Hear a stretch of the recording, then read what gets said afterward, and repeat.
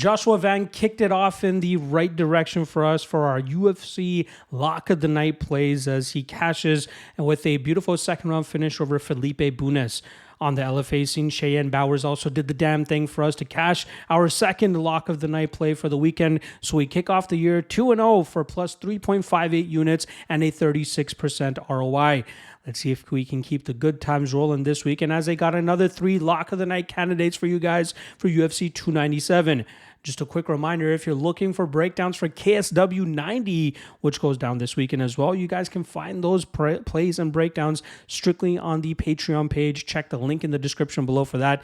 And yeah, that's the only real quick plug that I wanted to do for you guys. Let's get right into the top 3 Lock of the Night candidates I have for this UFC card. First is going to be the chalkiest of them all, but I feel pretty damn good about it. We got Jillian Robertson coming in at minus 250 going up against Poliana Viana. Now, both of these women are jiu-jitsu-centric fighters. However, I think Robertson has the advantage in terms of the wrestling as Viana has horrible takedown defense. And I think once Robertson is able to get this fight to the ground, she'll showcase the superior control and ability to advance to more dominant positions and eventually lock in a submission of some sort within the first 10 minutes. Now, I like the under 2.5 most in this matchup as I believe both women are capable of getting the finish here, but I think that we'll see Robertson a little bit more aggressive and a little bit more eager to get that finish and that submission, and I think that will allow her to snatch up that submission victory, hopefully by the second round. So at minus 250, again, I expect it to be that lopsided, which is why I don't mind a chalky spot here on Robertson.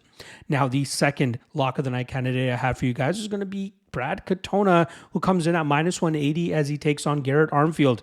Now, Katona is making his return to the UFC after a big win for the Ultimate Fighter finale back in August, I believe it was, where he went to war with Cody Gibson, where they combined for over 320 significant strikes landed over 15 minutes.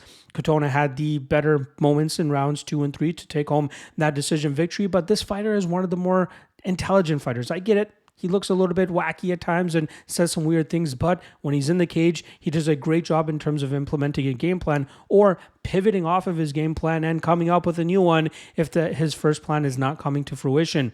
You can see when he's not able to complete takedowns against Cody Gibson, he's more than happy to go out there and strike with him, fighting at the pace that Gibson was trying to dictate, and he was able to match him and surpass him in certain spots. He's a technical striker, has some good clinching and some good groundwork, and I think he'll be able to have Garrett Armfield beat in experience and an overall MMA game, being able to go out there and win this fight on the scorecards. Once again, that's Brad Katona as the second Lock of the Night candidate coming in at minus 180.